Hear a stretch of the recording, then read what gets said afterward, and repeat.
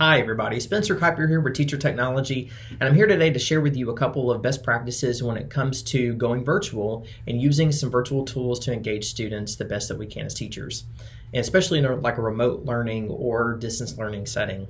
So when I was a teacher, one of my favorite things to use was student choice boards, and what that allowed me to do was to allow students to have a little bit more autonomy and agency over what they were learning and how they chose to demonstrate their learning. So the emphasis of today's training is going to be on how to make those virtual for students to utilize in a distance setting. So first off, what are student choice boards? So student choice boards are essentially ways for us to present content to students that allow them to sort of self-navigate through it. And you can pretty much put any content, lesson, module, unit. Student choice boards are great to use with anything that pretty much you're teaching at any grade level as well. Like I said, they emphasize student agency, and what that means is students are a bit more self-directed and have ownership over their own learning. They get to choose how they demonstrate the learning to you and when they choose to do that. They fit almost any content discipline, including any grade level. So all you have to do is kind of retool the language that you utilize with students to make sure that it's appropriate for the grade level. And also the tasks that you're asking them to complete are grade and age appropriate. Now, as we navigate into this, or re-navigate, I guess, into this remote or home learning setting, a couple of things that we need to remember in terms of best practices when issuing guidance to students is to make sure that we're not posting any teacher-facing materials on Google Classroom or whatever learning management system that we're using at the time. What this means is that we don't want to post things like lesson plans, PDFs, or anything that would be difficult for students to navigate or confusing for parents to help students understand. Instead, we've got some other guidance that we'll share with you here in just a second. Now, in terms of some of the things that we want to avoid also, not posting response-ready templates for students to utilize.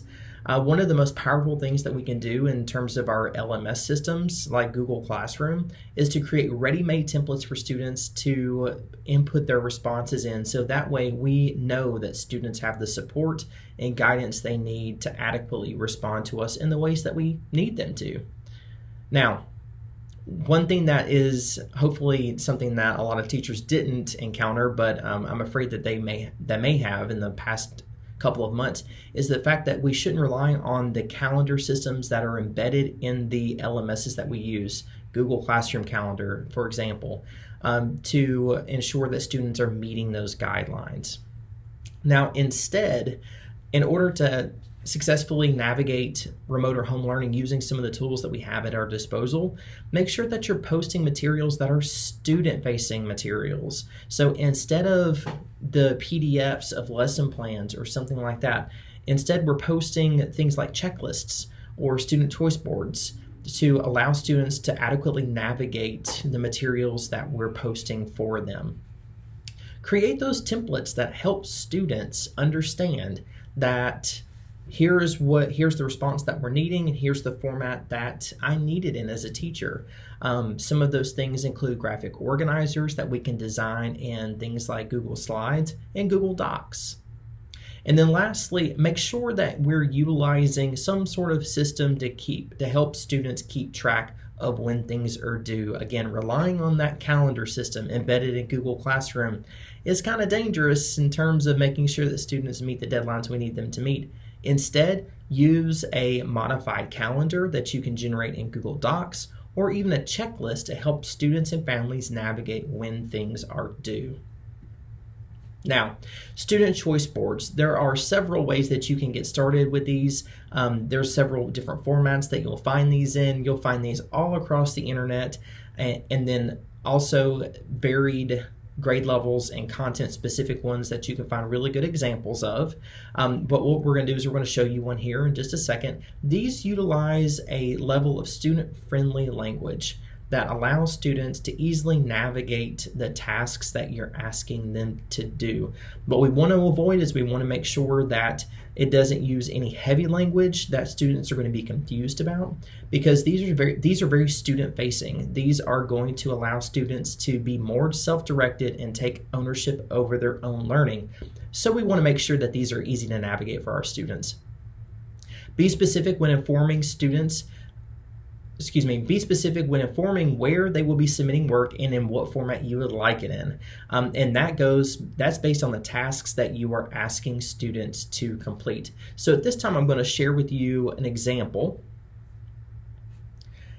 In the presentation that you're going to be provided, it's going to force you to make a copy, so you don't have to worry about making a copy of this and putting it in your Google Drive. It's automatically going to do that for you.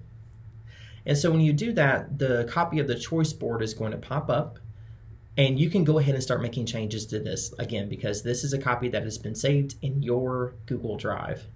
What I've done is I've just created a real quick template for you and some of the sample tasks that you might want to engage students in. Now, try to avoid using tools that you haven't necessarily walked students through.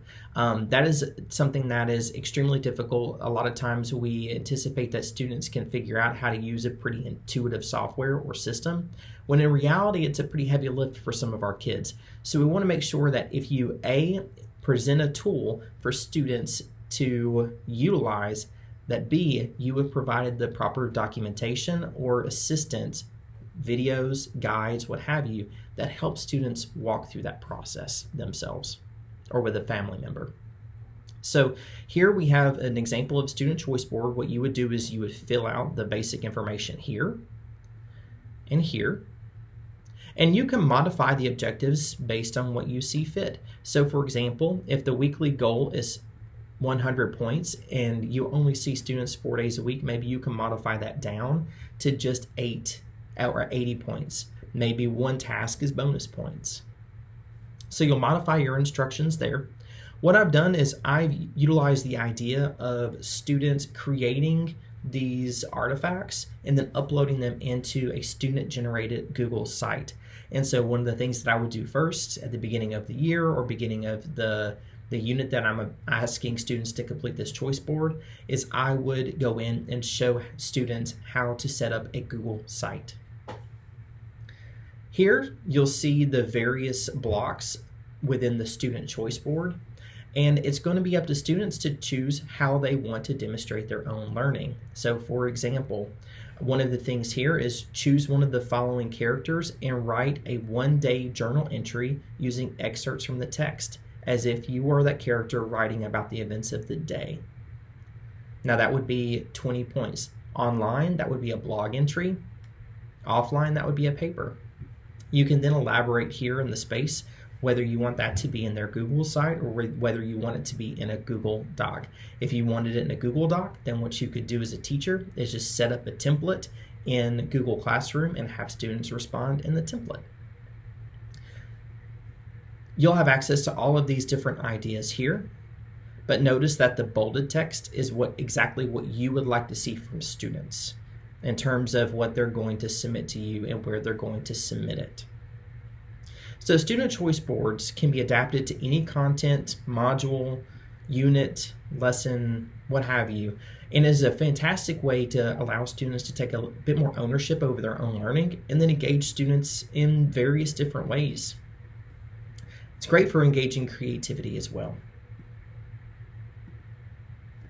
Now, using student choice boards, along with checklists and various other best practices, what we're able to do is we're able to allow students to navigate content on Google Classroom a little easier and allow them to show their creativity as well using some of the virtual tools that we would like for them to go ahead and start working on and mastering, like Google Sites, Google Docs, Google Slides, and what have you.